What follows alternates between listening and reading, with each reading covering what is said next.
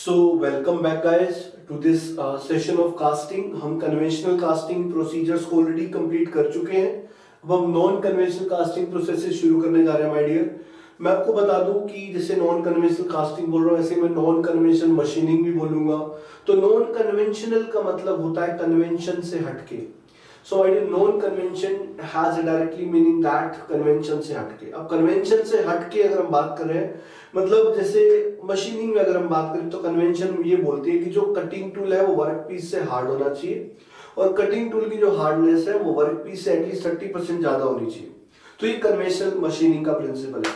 पर कल को अगर आप सॉफ्ट कटिंग टूल से हार्ड वर्क पीस को कट कर दो तो इट बिकम्स नॉन कन्वेंशनल। तो कन्वेंशन से हटके जाना is non conventional. For example casting में, कन्वेंशनल कास्टिंग में 10 स्टेप का एक प्रोसीजर है माय डियर, जहाँ पे शुरू हमने पैटर्न से किया था, फिर माउल्ड पे आए थे, फिर हम गेटिंग सिस्टम पे, फिर राइजर पे आए, फिर मेल्ट किया, फिर पोरिंग पे आए, फिर सॉलिडिफिकेशन पे आए, उसके फेटलिंग, फिनिशिंग और फिर लास्ट में हमने देखा टेस्टिंग। सो माय डियर, अगर इन 10 स्टेप प्रोसीजर में से एक भी स्टेप मिस हो जाए तो ऐसे प्रोसीजर को, ऐसे कास्टिंग प्रोसेस को नॉन कन्वेंशनल बोलते हैं। नॉन कन्वेंशनल या नॉन ट्रेडिशनल मतलब ट्रेडिशन से हटके। सीधा सीधा एग्जांपल समझे, जैसे आपने देखा होगा कोई फैमिली में जब आपको हमारा एक ट्रेडिशन चला आ रहा होता है, जैसे मान लो आपकी फैमिली में कोई, हर कोई मतलब जैसे अगर हम एक छोटा सा एग्जांपल लेते हैं, जैसे मान लो हर आपकी फैमिली में कोई भी, अगर मान लो कोई बाहर फॉरेन कंट्री में नहीं गया और आप आए तो आपने ट्रेडिशन से हटके कुछ कर दिया, या फिर आपकी फैमिली में अब तक करी कोड रहा है, all have done basically arrange marriage and you do and you go for love marriage, तो obviously it is going to be a non tradition. Tradition से हटके आपने कुछ किया, जो चला आ रहा था उससे कुछ हटके करना। So my dear, this is known as non traditional, non conventional. तो अगर इस 10 स्टेप के प्रोसीजर में एक स्टेप भी मिस हो जाए तो my dear that process will become non conventional. तो यहाँ पे कास्टिंग प्रोसेसेस में बहुत सारे नॉन कन्वेंशनल पढ़ेंगे, जैसे shell moulding, slush casting, investment casting, die casting, centrifugal casting और इसके अलावा हम देखेंगे कॉन्टिन्यूअस कास्टिंग। तो इस तरह बहुत सारे प्रोसेसेस माय डियर हम देखने वाले हैं नॉन कन्वेंशनल कास्टिंग के अंदर। और थ्योरी के लिए पार्ट बहुत ज्यादा इंपॉर्टेंट है। न्यूमेरिकल तो already gating system, riser, permeability number, core design, इन सब से ही आते हैं। But my dear there are chances कि थ्योरी पार्ट जो है यहाँ से, हालांकि यहाँ पर भी ट्रू सेंट्रीफ्यूगल कास्टिंग के अंदर न्यूमेरिकल बन सकता है बट आज तक आया नहीं है, क्योंकि वो बिल्कुल मतलब बेसिकली इंजीनियरिंग मैकेनिक्स रिलेटेड ज्यादा लगेगा।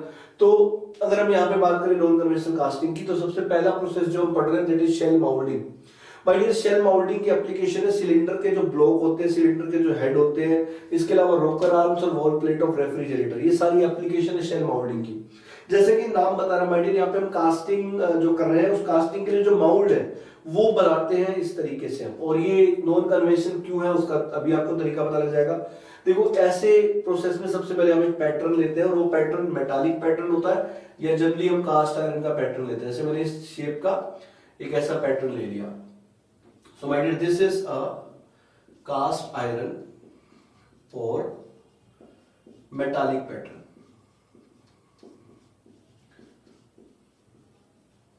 कास्ट आयरन और metallic pattern. So my dear, इस कास्ट आयरन और मेटालिक पैटर्न को हम हीट करते हैं सबसे पहले। और ये जो हीट किया जाता है बेसिकली माय डियर, वो लगभग 150 टू 250 डिग्री सेल्सियस के बीच में हीट किया जाता है। और जब हम इसको हीट करते हैं, हीट करने के बाद इसको ओवन के अंदर, फिर हम यहाँ पर एक हमारे पास कंटेनर होता है, we are having the container here and my dear, इस कंटेनर के अंदर हमारे पास एक मिक्सचर रखा होता है, we are having a mixture in this container and my dear, ये कुछ मिक्सचर होता है। और इस मिक्सचर के अंदर अगर हम बात करें तो हमारे पास होता है सिलिका सैंड, सिलिका सैंड के साथ होता है phenolic resin, phenolic resin and my dear कुछ एडिटिव्स भी होते हैं, generally there are some additives also available, और अल्कोहल भी रहता है और कुछ एडिटिव्स भी हो सकते हैं। सो माय डियर, ये एक कंपोजिशन इस कंटेनर के अंदर रखा हुआ रहता है। अब हम इस मेटालिक कास्ट आयरन के पैटर्न को इसके ऊपर रख देते हैं। ये जो मेटालिक कास्ट आयरन का पैटर्न है, we keep this pattern here like this. So my dear, this is the pattern. और इस पैटर्न को यहाँ पर ऐसे क्लैंपिंग अरेंजमेंट से क्लोज कर दिया जाता है। There is a clamping arrangement and with the help of this clamping arrangement we close it. इस तरीके की clamping arrangement से हम इसको close कर देते हैं। And my dear, ऐसा करने के बाद what we do is, अब हम इस बॉक्स को इन्वर्ट कर देते हैं। इन्वर्ट करेंगे my dear अगर, तो ये जो कंटेनर है ये ऐसे इन्वर्ट हो जाएगा और ये इन्वर्ट होने के बाद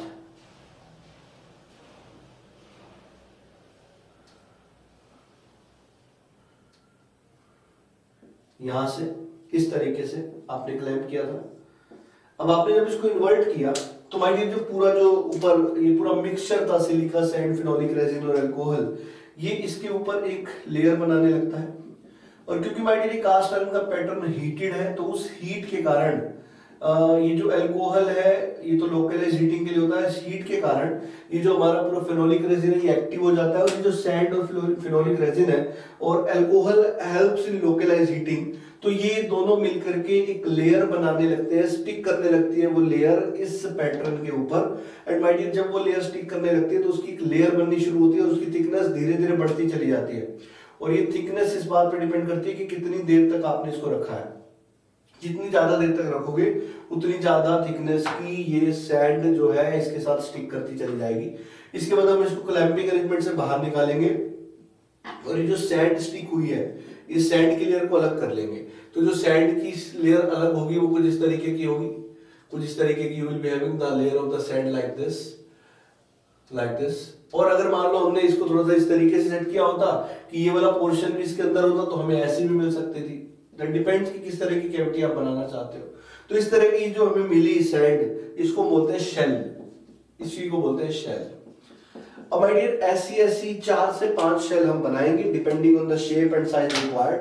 और इन चारों की पांचों जो भी शेल्स हैं, जैसे जो चारों पांचों शेल्स मिली, इन चारों पांचों शेल्स की अगर हम बात करें इनकी स्ट्रेंथ को बढ़ाने के लिए और इनकी बॉन्डिंग को अच्छा करने के लिए हम इनको 350 से 400 डिग्री सेल्सियस पे ओवन में भी रखते हैं कुछ देर तक, ताकि इसके अंदर जो है बॉन्डिंग अच्छे से प्रॉपर बन जाए।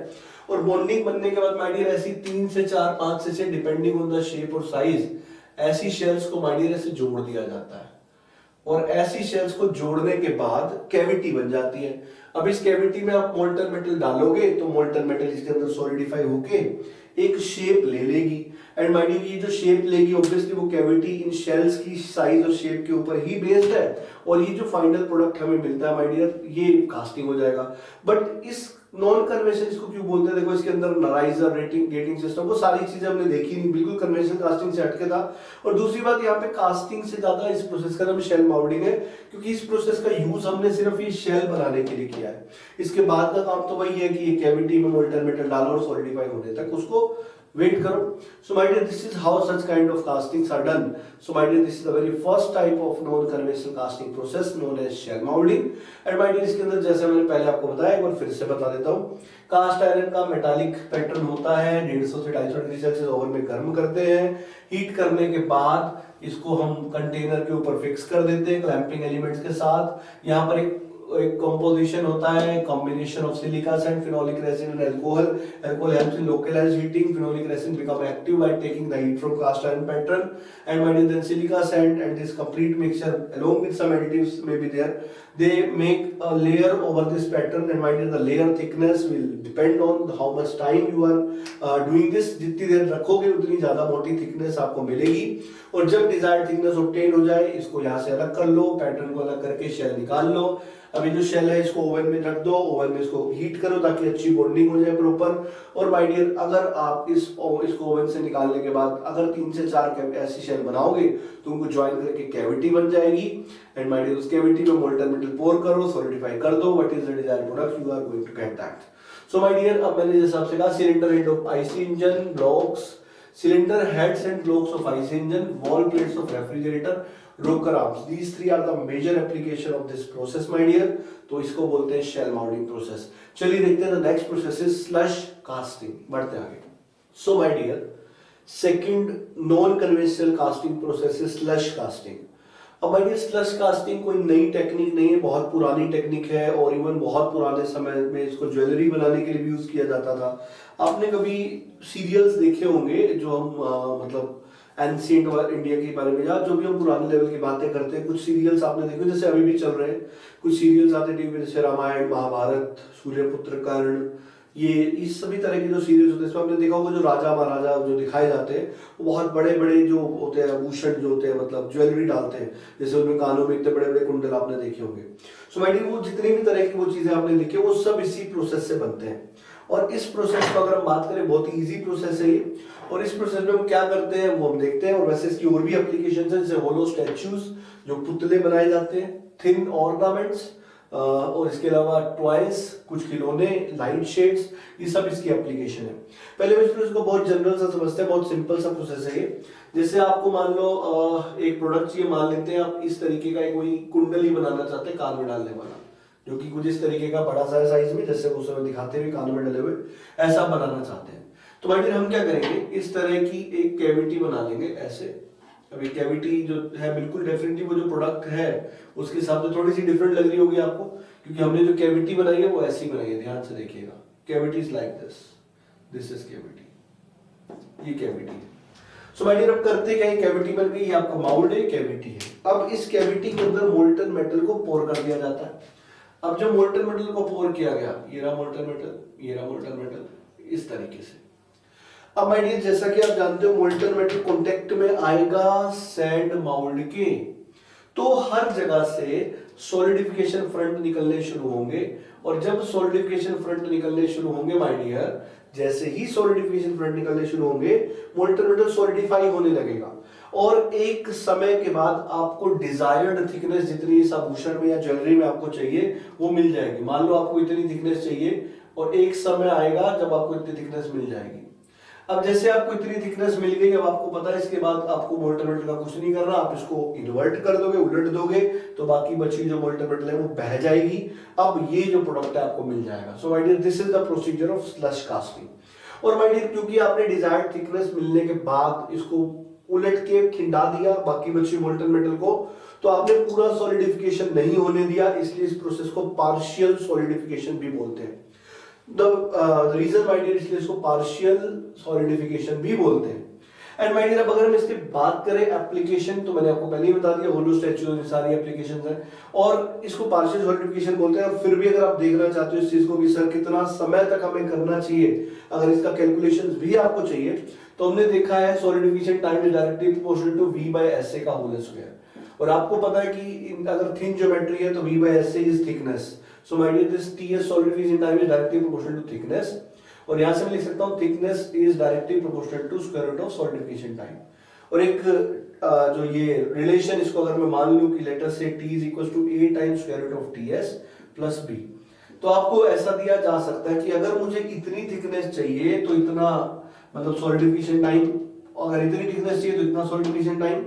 तो अगर इस तरीके की चीजें देके आपसे पूछा जाए कि जैसे मैंने बोला 10 mm की थिकनेस चाहिए तो 20 सेकंड है, 20 mm की थिकनेस चाहिए तो 30 सेकंड है, बताओ 40 mm की थिकनेस चाहिए तो कितने सेकंड तक रखूं। तो इस तरह के जब क्वेश्चन आ जाए तो आप इस इक्वेशन को यूज करेंगे। दो दिए हुए डेटा से A और B की वैल्यूज आ जाएंगी, और उसके बाद ये इक्वेशन बनने के बाद तीसरी वैल्यू आप खुद से कैलकुलेट माय डियर कर सकते हो। So my dear, this is how we are going to approach in case of slush casting. And my dear, इसका जैसे अगर मैं कुछ और भी फिगर आपको बना के दिखाऊं, जैसे मान लो हम देखते हैं जो टॉयज भी आते हैं, जैसे छोटे बच्चे खेलते हैं, कुछ भालू वालू जैसे खिलौने होते हैं, वैसा खिलौना मान लो आप बनाना चाहते हो, तो आपकी कैविटी जो है वो इस तरह की है, ध्यान से देखिएगा ऐसे। अब आपको पता है हमें सॉलिड तो बनाना नहीं, बच्चों खेलने का है, तो हमें जो बनाना है वो बहुत ही कम थिकनेस का बनाना है ताकि बच्चे आराम से खेल सके उससे। और if you want such kind of thing तो आपको पार्शियल सॉलिडिफिकेशन का सहारा लेना है। अब जिस भी मटेरियल का बना है वो मोल्टन मेटल आप पोर करोगे, और जब वो मोल्टन मेटल पोर हो जाएगी तो सॉलिडिफिकेशन शुरू होगी। जैसे एक डिजायर्ड थिकनेस आपको मिल जाए यहाँ पे, तो ये डिजायर्ड थिकनेस मिलते ही आप बाकी के मोल्टन मेटल को बाहर निकाल दो, और ये आपको आपका फाइनल प्रोडक्ट रेडी मिल जाएगा इस तरीके से। You'll be having your final product, और ये होलो होगा, और होलो होने के कारण माय डियर ये लाइट वेट होगा। और तो इसलिए जो स्टैच्यूज होते हैं, ऑर्नामेंट्स होते हैं, टॉयज होते हैं, लाइट शेड्स होती हैं, ये सब इसी प्रोसेस से बनते हैं। और ये बहुत पुराना प्रोसेस है, कोई नया प्रोसेस नहीं है। And my dear, this is known as slush casting. चलिए माय डियर, देखते हैं next process, that is investment casting. चलिए माय डियर, तो हम ऑलरेडी देख चुके हैं शेल माउल्डिंग, हम ऑलरेडी देख चुके हैं slush casting. The third process is investment casting, इसको लोस्ट वैक्स टेक्निक भी बोलते हैं। तो माय डियर, यहाँ पर अगर हम बात करें, अगर एक्सीलेंट सरफेस फिनिश हमें चाहिए हो, तो एक्सीलेंट सरफेस फिनिश बेसिकली जो मेजर चीज है जो हमें इससे मिलती है, और इसलिए एप्लीकेशन इसकी gas turbine blades, jet engine और सर्जिकल इंस्ट्रूमेंट्स हैं। So my dear, very very important process. और पेपर में बहुत आता है, बहुत इंपॉर्टेंट भी है। तो यहाँ पर माय डियर हम करते क्या है, सबसे पहले हम एक वैक्स का पैटर्न बनाते हैं। वैक्स आप समझ गए होंगे, मोम। तो मोम का या वैक्स का एक पैटर्न बनाते हैं। और मैं आपको बता दूं, वैसे तो मोम का जो पैटर्न बनता है वो सेंट्रीफ्यूजिंग कास्टिंग से बनता है। Centrifuging that is a part type of centrifugal casting, हम देखेंगे अभी इसके बाद। तो वो बनता तो सेंट्रीफ्यूजिंग से है, बट अभी के लिए मैं क्योंकि सैंड कास्टिंग आपको पढ़ाया है तो हम मान लेते हैं कि हमने उसी 10 स्टेप प्रोसीजर को फॉलो करके एक इस शेप का पैटर्न बना लिया। अब ये भी इसमें जाना नहीं सर इस शेप पे कैसे बनेगा, क्यों बनेगा, क्योंकि टाइप्स ऑफ पैटर्न मैंने भी आपको पढ़ाया नहीं है। पढ़ेंगे तो आप खुद समझ जाएंगे। हालांकि वैसे जैसे मैंने आपको बोला, असली में बनता भी नहीं है इससे, बनता है सेंट्रीफ्यूजिंग से। तो मान लेते हैं हमने एक सैंड कास्टिंग नॉर्मल जो भी प्रोसेस सीखा है उससे हमने एक इस तरह का मोम का पैटर्न बना दिया, वैक्स का पैटर्न। अब माय डियर मोम इसमें सॉलिडिफाई हुई, ये वैक्स का पैटर्न बन गया। और ये जब वो वैक्स का पैटर्न बना, आपको पता है कि सॉफ्ट होती है मोम और ऑब्वियसली सरफेस फिनिश ज्यादा अच्छी मिलने के चांस है। सो माय डियर इस तरह के बहुत सारे पैटर्न हम बना लेते हैं वैक्स से। और जब बहुत सारे पैटर्न हम वैक्स के बना लेते हैं तो इन सबको गेटिंग सिस्टम अरेंजमेंट से जोड़ दिया जाता है। और जब गेटिंग सिस्टम अरेंजमेंट से जोड़ते हैं तो इस तरीके का एक पैटर्न ट्री बन जाता है। ध्यान से देखिएगा, इसको पैटर्न ट्री बोलते हैं। Such kind of thing is there, इसको बोलते हैं pattern tree. This is known as pattern tree. और इसमें कुछ इस तरीके की चीज हमें मिलती है, जैसे मैंने आपसे बताया भी। ये एक पैटर्न हो गया, ये दूसरा पैटर्न हो गया, ये तीसरा पैटर्न हो गया,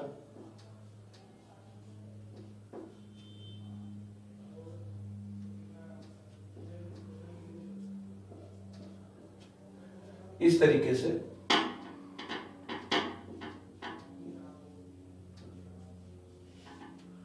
ये पैटर्न्स है, and mind this is pattern tree. और ये हमने एक हॉरिजॉन्टली, आप सॉरी हॉरिजॉन्टली बोलूंगा, एक रनर से हमने इसको जोड़ दिया। तो इसको बोलते हैं बेसिकली पैटर्न ट्री, जिसमें बहुत सारे पैटर्न लग गए हैं, पैटर्न ट्री। और माय डियर हम करते क्या है कि यहाँ पर हमारे पास होता है एक कंटेनर, और इस कंटेनर के अंदर हमारे पास एक मिक्सचर होता है। और ये basically it consist of ethyl silicate plus silica sand plus alcohol और वाटर। और ये हमारे पास basically ethyl silicate, silica sand और अल्कोहल, या फिर मैं बोलूं वाटर, इसका एक कॉम्बिनेशन हमारे पास इसके अंदर रहता है। और ये जो इथाइल सिलिकेट, सिलिका सैंड और अल्कोहल का जो कॉम्बिनेशन है, अब आई ये ऐसे इसके अंदर हमारे पास रहता है। और इस कॉम्बिनेशन के अंदर हम क्या करते हैं, ये जो हमारा पैटर्न ट्री है, इस पैटर्न ट्री को उल्टा करके डिप करते हैं, इसमें कई बार डिप करते हैं। और माय डियर जब हम इसको डिप करते हैं तो ये जो हमारे पास ये जो कॉम्पोजिशन है, ये इसके ऊपर अपनी एक लेयर चढ़ाने लग जाता है माय डियर। और जब ये इसके ऊपर एक लेयर चढ़ाने लगता है तो जितनी बार ज्यादा आप डिप करोगे उतनी ही वो लेयर मोटी होती जाएगी। एंड माय डियर जब आप इसको बार बार इसके अंदर डिप करोगे तो इसके चारों तरफ एक लेयर बन जाएगी इसकी। और ये जो लेयर है इस तरीके की बनेगी, इसके अंदर ये पूरी जो है पूरा जो कॉम्पोजिशन, जैसा मैंने आपको बोला, silica sand, alcohol water, ethyl silicate, they are going to make a layer over this. इस तरीके की लेयर बन जाती है। अब आपको पता है अंदर तो मोम ही है, इस तरीके की लेयर आ जाती है।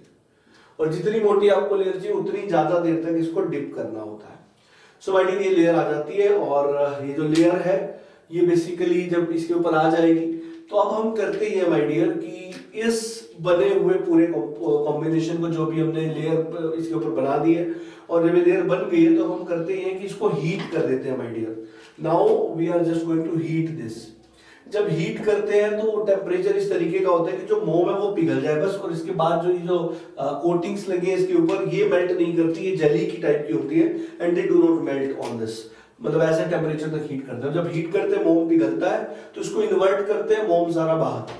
अब माय डियर मोम सारा बाहर आ गया तो जहां जहां पे भी ये पैटर्न थे मोम के, वहां वहां कैविटी बन जाती है माय डियर। अब उस बनी हुई कैविटी में हमें कुछ नहीं करना, मोल्टन मेटल को यहाँ पोर कर देना है। Now we will pour the molten metal here.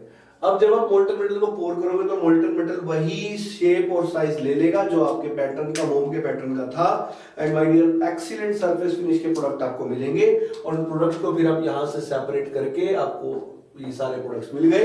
And my dear इस तरीके से इन्वेस्टमेंट कास्टिंग होती है। इसको इन्वेस्टमेंट कास्टिंग बोलते हैं, इसको लोस्ट वैक्स टेक्निक भी बोलते हैं। क्यों? क्योंकि माय डियर कहीं ना कहीं सबसे पहले मोम के जो पैटर्न हुए उस मोम को हमने लॉस किया, इसलिए इसको लोस्ट वैक्स टेक्निक बोलते हैं कि पहले मोम के पैटर्न बने। और ऐसा किया क्यों जाता है? अच्छी सरफेस फिनिश को पाने के लिए। मैं फिर आपके सामने प्रोसेस रिपीट कर रहा हूं। पहले हम नॉर्मल कास्टिंग प्रोसेस या सेंट्रीफ्यूजिंग कास्टिंग से, अब ये भी क्वेश्चन पूछा जाता है कि pattern for investment casting are made up of, they are made up of my dear centrifuging. तो सेंट्रीफ्यूजिंग से इन्वेस्टमेंट कास्टिंग के पैटर्न बनेंगे मोम के। इन बहुत सारे पैटर्न को बना करके गेटिंग सिस्टम या रनर अरेंजमेंट से जोड़ के बनाएगा पैटर्न ट्री। अब ये पैटर्न ट्री है, इस पैटर्न ट्री को डिप करेंगे इस पूरे जो हमारे पास कंपोजिशन है इथाइल सिलिकेट, सिलिका, सैंड और अल्कोहल और वाटर का, इसके अंदर बार बार जब हम डिप करेंगे तो इसके ऊपर एक लेयर चढ़ती चली जाएगी इस कंपोजिशन की, और एक लेयर जब इसके ऊपर एक डिजायर्ड थिकनेस की आ जाएगी तो हम इसको डिप करना बंद कर देंगे। फिर हम इसको हीट करेंगे ताकि इसके अंदर जो मोम है वो पिघल जाए। मोम माय डियर जैसे ही पिघलेगा, वैक्स जैसे ही पिघल के बाहर आएगा, इसको इन्वर्ट करेंगे तो बाहर आ जाएगा। अब माय डियर इसके अंदर मोल्टन मेटल को पोर करेंगे और मोल्टन मेटल वही शेप और साइज ले लेगा जो कैविटी है। कैविटी कौन सी है? मोम वाली। तो जो मोम गया बाहर वैसी कैविटी बन चुकी है, उसके अंदर मोल्टन मेटल पोर किया, कास्टिंग तैयार। अब माय डियर जो आपके प्रोडक्ट्स है आप यहां से सेपरेट कर ले और ये आपको फाइनल प्रोडक्ट मिल चुका है। So my dear this is the way to study investment casting. ये इन्वेस्टमेंट कास्टिंग कहलाती है लोस्ट वैक्स टेक्निक, क्योंकि बाद में हमने वैक्स को बेसिकली मेल्ट आउट किया है बाहर, इसलिए इसको लोस्ट वैक्स टेक्निक भी बोलते हैं। My dear excellent surface finish कहीं लिखा हुआ आ जाए तो इन्वेस्टमेंट कास्टिंग को टिक कर देना। इसके अलावा gas turbine blades, jet engine part, surgical instruments are made up of this process. Wonderful non conventional casting process my dear, this is known as investment casting. तो माय डियर ये तीन process अभी हमने डिस्कस किए, अभी आगे के process देखते हैं। Hope you are getting these things. चलिए देखते हैं आगे। सो गाइस अभी जो हमने इन्वेस्टमेंट कास्टिंग देखी उसमें इथाइल सिलिकेट, सैंड और जो अल्कोहल वाटर का आपने कॉम्बिनेशन देखा था उसको जनरली हम स्लरी बोलते हैं। That slurry basically it is there, it is not, आप इसको अगर हम बात करें स्लरी की तो स्लरी जब लेयर बनाती है तो उसके बाद मोम को पिघाला जाता है। जैसा मैंने आपसे कहा सेंट्रीफ्यूगल कास्टिंग नेक्स्ट हम पढ़ने जा रहे हैं। सेंट्रीफ्यूगल कास्टिंग नाम ही सजेस्ट कर रहा है, कहीं ना कहीं सेंट्रीफ्यूगल फोर्सेस का यूज होने वाला है, तो मैं सेंट्रीफ्यूगल फोर्सेस में नहीं जाऊंगा, ये हमने इंजीनियरिंग मैकेनिक्स में बहुत डिटेल में पढ़े हुए हैं, तो इस पर बहुत ज्यादा बात नहीं करेंगे। अभी हम बात करने वाले सेंट्रीफ्यूगल कास्टिंग की। तो भाई डियर सेंट्रीफ्यूगल कास्टिंग तीन तरह की होती है। इनमें सबसे पहली टाइप है ट्रू सेंट्रीफ्यूगल कास्टिंग। और ट्रू सेंट्रीफ्यूगल कास्टिंग में कुछ इस तरीके का सेटअप होता है। देखिए मैं सबसे पहले आपके सामने डायग्राम बना रहा हूँ, उसके बाद I am going to explain that. और कुछ इस तरीके का एक सेटअप होता है और just concept point of view से I am going to clear this कि क्या है, कैसे आता है, like this. So my dear what happen is basically true centrifugal casting को हम यूज करते हैं सीमलेस पाइप बनाने के लिए, ज्वाइंटलेस पाइप। मैं आपको वेल्डिंग में बता भी चुका हूं, क्योंकि सीम वाले पाइप जो ज्वाइंट वाले पाइप होते हैं वो वेल्डिंग से बनते हैं। तो इसमें होता ही है, ये जो आपको दिखा रहा हूं सिलिंड्रिकल कैविटी ऐसे दो पार्ट्स में होती है, ऐसे इट इज लाइक दिस, और इनको क्लैंपिंग अरेंजमेंट से जोड़ा जाता है। तो दो पार्ट्स में, या फिर इसको आप ऐसे भी बना सकते हैं, it is like in this way. तो इस तरीके से माय डियर ये सिलिंड्रिकल कैविटी कैसे होती है, और इस तरीके से इसको कुछ एंगल पे हमने रखा है, ये आपको दिख रहा है, it is having some angle. और शुरू में हम इसको एक ओमेगा की स्पीड से घुमा देते हैं। जब हम इसको ओमेगा की स्पीड से घुमाते हैं, ये एक हाई स्पीड पे इसको घुमाया जाता है 6000, 8000, 9000 आरपीएम के ऊपर, और ऐसे घूम रहा होता है। ये ऑब्वियसली ऐसे क्लोज होता है क्लैंपिंग अरेंजमेंट के कारण।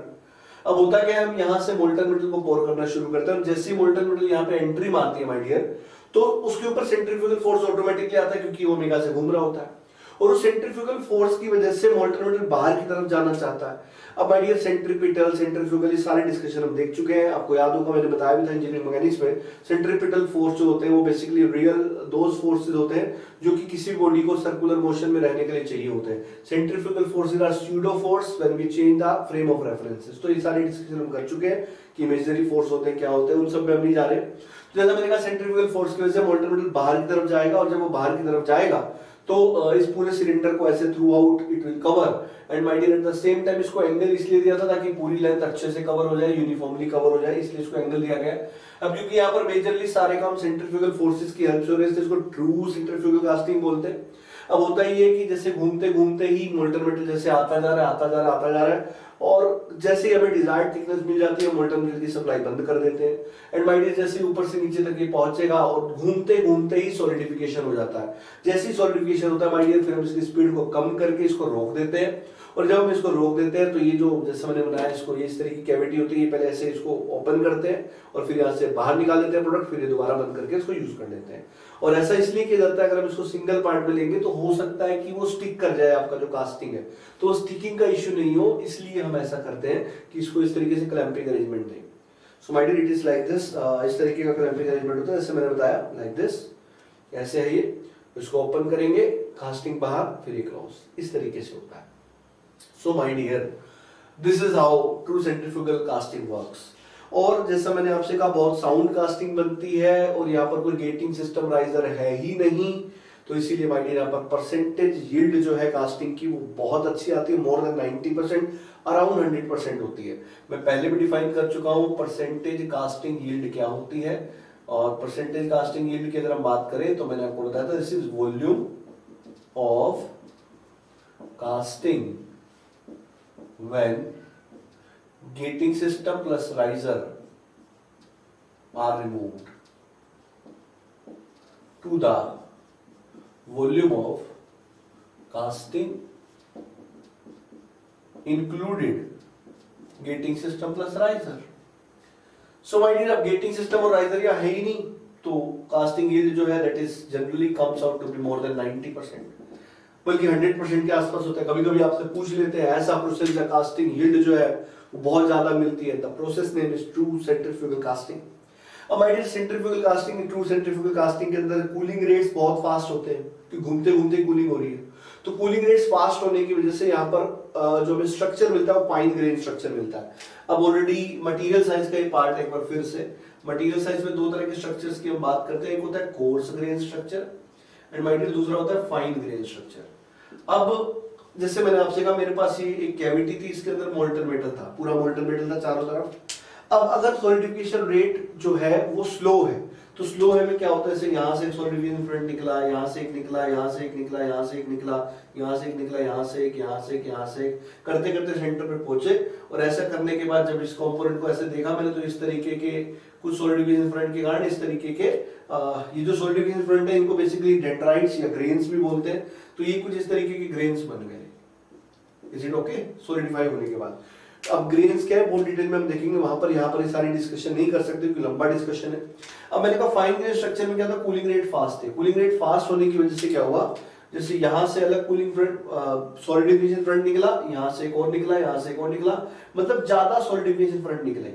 अगर ज्यादा सॉलिडिफिकेशन फ्रंट माय डियर निकलेंगे तो ज्यादा ग्रेन्स बनेगी, और सेम कंपोनेंट में अगर कूलिंग रेट हाई तुमने रखा है तो आप देखेंगे कि पिछली बार जो ग्रेन्स बन रही थी इस बार उससे ज्यादा नंबर ऑफ ग्रेन मिलेगी, तो इसको कोर्स ग्रेन स्ट्रक्चर बोलेंगे, इसको फाइन ग्रेन। ज्यादा ग्रेन्स मतलब छोटी छोटी ग्रेन सेम एरिया में।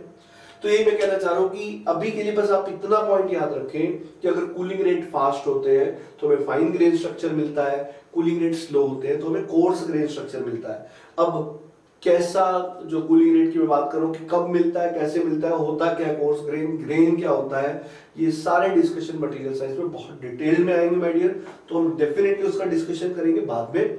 अभी के लिए समझे कि कूलिंग रेट ज्यादा होने की वजह से ट्रू सेंट्रीफ्यूगल कास्टिंग में हमें फाइन ग्रेन स्ट्रक्चर मिलता है। And my dear propeller shaft बनाने में इसको यूज कर सकते हो आप, इस प्रोसेस को सीमलेस पाइप बनाने में यूज कर सकते हो आप, this is centrifugal casting.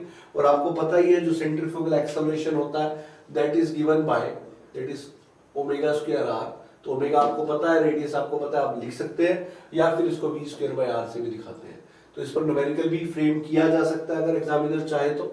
So my dear हम ऐसा न्यूमेरिकल करने भी वाले हैं नेक्स्ट सेशन, नेक्स्ट क्लास के अंदर। तो माय डियर ये ट्रू सेंट्रीफ्यूगल कास्टिंग। सेकंड होती है सेमी सेंट्रीफ्यूगल कास्टिंग। अब हम सेमी सेंट्रीफ्यूगल की बात करें तो उसमें क्या होता है, एक वर्टिकल रनर होता है, और इस वर्टिकल रनर से फिर इस तरीके की चीज होती है। अब होता ही है कि मोल्टन मेटल पहले वर्टिकल रनर से आता है under the effect of gravity, gravity के इफेक्ट में नीचे आता है, और उसके बाद ये क्योंकि साथ साथ ये घूम भी रहा होता है ओमेगा से, तो सेंट्रीफ्यूगल फोर्सेस की वजह से यहाँ नीचे आने के बाद मोल्टन मेटल चारों तरफ फैल जाता है। अब जब ऊपर से आया ग्रेविटी के कारण यहाँ चारों तरफ फैला। अब ये जो मैंने दिखाया 2D फिगर है, असली में ऑब्वियसली कुछ ऐसे सर्कुलर होगा इस तरीके से, it is going to be like this. तो माय डियर मोल्टन मेटल ऐसे नीचे आया और ऐसे चारों तरफ फैल गया बाय सेंट्रीफ्यूगल फोर्स, बाहर की तरफ चला जाएगा। सो माय डियर इस तरह की कास्टिंग को सेमी सेंट्रीफ्यूगल बोलते हैं। सेमी सेंट्रीफ्यूगल इसलिए बोलते हैं क्योंकि ग्रेविटी प्लस सेंट्रीफ्यूगल फोर्स दोनों का यूज हुआ। अब माय डियर यहाँ पे दोनों का, ग्रेविटी का भी अच्छा खासा यूज है, इसलिए इसको हम बोलते हैं सेमी सेंट्रीफ्यूगल कास्टिंग। तो मोल्टन मेटल पहले नीचे आया और फिर फैल गया। तो माय डियर यहाँ पर जो प्रोडक्ट ज्यादातर बनते हैं जैसे पुली हो गई, और जैसे हम पुली की बात करें व्हील्स हो गए, तो इस तरह के जो भी प्रोडक्ट्स हैं पुलीज व्हील्स ये सब इससे बनते हैं। सो माय डियर यहाँ पर अगर हम बात कर रहे हैं सेमी सेंट्रीफ्यूगल कास्टिंग की और ट्रू सेंट्रीफ्यूगल की, तो ट्रू में मैं आपको एक और बात बताना चाहूंगा। जैसे अगर मान लो इंप्योरिटी यहाँ पे कोई प्रेजेंट है, तो इंप्योरिटी या तो मोल्टन मेटल जो आपका मटेरियल है उससे हैवी होगी या तो लाइटर। अगर वो हैवी होगी तो सेंट्रीफ्यूगल फोर्स ज्यादा होने की वजह से वो बाहर की तरफ आ जाएगी, लाइटर होगी तो अंदर की तरफ। तो अंदर और बाहर की मशीनिंग करके आप सारी इंप्योरिटीज को खत्म कर सकते हो। ये एक एडवांटेज भी आप बोल सकते हो इस कास्टिंग के अंदर। सो बाय सेमी सेंट्रीफ्यूगल कास्टिंग में जैसा मैंने आपको बताया कि ये ग्रेविटी और सेंट्रीफ्यूगल फोर्स दोनों का यूज होता है, और इसकी जो मेजर एप्लीकेशंस है वो है पुली के लिए। पुली के अलावा आप बना सकते हो, जैसा मैंने आपसे बोला, पुली के साथ साथ हम व्हील्स। तो ये एप्लीकेशंस है सेमी सेंट्रीफ्यूगल कास्टिंग की। And my dear the third one is centrifuging. Third one is centrifuging. Centrifuging के माय डियर दो बेसिक एप्लीकेशन है जिसके लिए इसको याद किया जाता है या बोला जाता है या पूछा जाता है। पहला माय डियर ये इन्वेस्टमेंट कास्टिंग के पैटर्न जो बनते हैं मोम के, वैक्स के, वो बनाने में काम आता है। दूसरा माय डियर सेंट्रीफ्यूजिंग जो है छोटे छोटे प्रोडक्ट बहुत ज्यादा नंबर में अगर आपको चाहिए हो तो भी सेंट्रीफ्यूजिंग का यूज होता है। एंड माय डियर सेंट्रीफ्यूजिंग में भी कैसे वर्टिकल स्क्रू होता है जहां से मोल्टन मेटल नीचे आएगा, और उसके बाद फिर जो टॉप व्यू है वो मैं आपको दिखा रहा हूं। टॉप व्यू के अंदर क्या हो रहा होता है, ऊपर से आया सेंट्रल स्क्रू से मोल्टन मेटल, सेंट्रल स्क्रू से नीचे आया, तो मैं आपको टॉप व्यू दिखा तो ऐसे दिखेगा, और आने के बाद माय डियर कुछ ऐसा होगा। यहां से गेटिंग सिस्टम, गेटिंग एलिमेंट्स के through it will go to the cavity. ऐसा यहाँ पे मैं 4 बना रहा हूँ, असली में ज्यादा हो सकती है। तो ये कैविटीज बनी हुई है जिसके अंदर मोल्टन मेटल सप्लाई होगा थ्रू दिस। और आपकी याददाश्त ताजा करने के लिए जो इन्वेस्टमेंट मैंने आपको बताया था, इन्वेस्टमेंट कास्टिंग, मान लेते हैं उसी के पैटर्न बन रहे हैं, ऐसे थे उसके पैटर्न। एक, ये दूसरा, ये तीसरा, ये चौथा।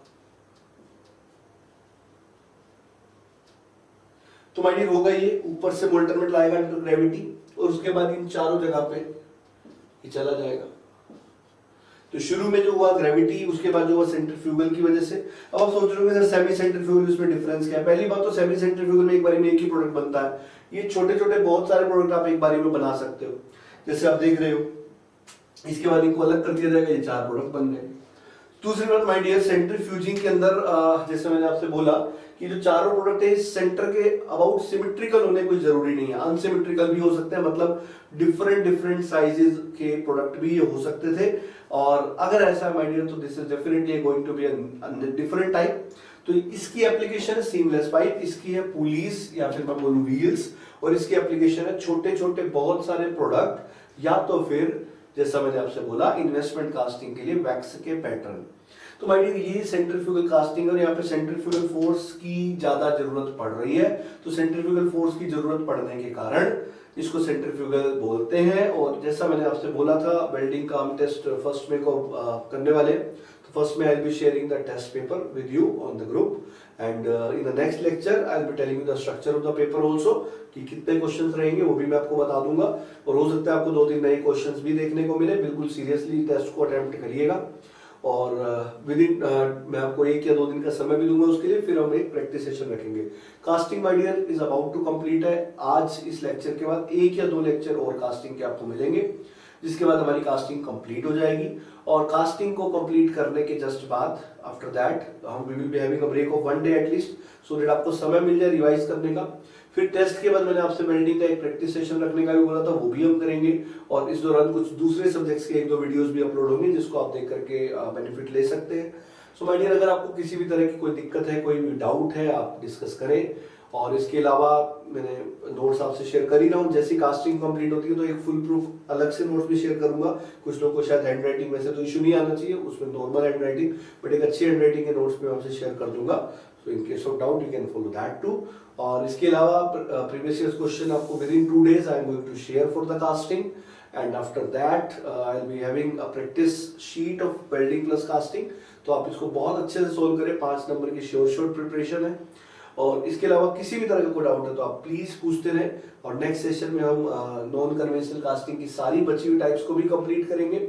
मेनली बच रही है बेसिकली एक तो फुल माउल्डिंग टेक्निक बची है, कॉन्टिन्यूअस कास्टिंग बचा है, और इसके अलावा जो मेन बचा है वो है डाई कास्टिंग। और इन 3 कास्टिंग और कॉन्टिन्यूअस कास्टिंग, इन 4 के साथ सारे conventional casting non conventional casting complete होंगे। फिर माय डियर मैं आपको बताऊंगा कास्टिंग डिफेक्ट्स क्या होते हैं और कुछ छोटी छोटी चीजें, types of pattern and all. इसके साथ हमारा कास्टिंग कंप्लीट हो जाएगा। और कुछ 2-4 क्वेश्चंस भी हम डिस्कस करेंगे। और कास्टिंग कंप्लीट होने के बाद आप दोनों को अच्छे से प्रिपेयर कर ले और फिर देखते हैं कुछ आगे की चीजें। और इन case of any doubt you can ask me, फिर हम आगे उसको डिस्कस कर लेंगे। कुछ अच्छे क्वेश्चन कुछ स्टूडेंट्स ने पूछे भी हैं जिनको मैंने बोला कि I am going to cover that those question in the session. तो I am going to cover that ताकि आप सभी लोग उससे बेनिफिट ले सके। एंड माय डियर जस्ट पढ़ते रहे साथ साथ, कोई अपना समय वेस्ट ना करे, क्योंकि इससे अच्छा मौका नहीं मिलेगा आपको इन चीजों को सीखने का। तो चलिए देखते हैं फिर नेक्स्ट सेशन में। Okay bye.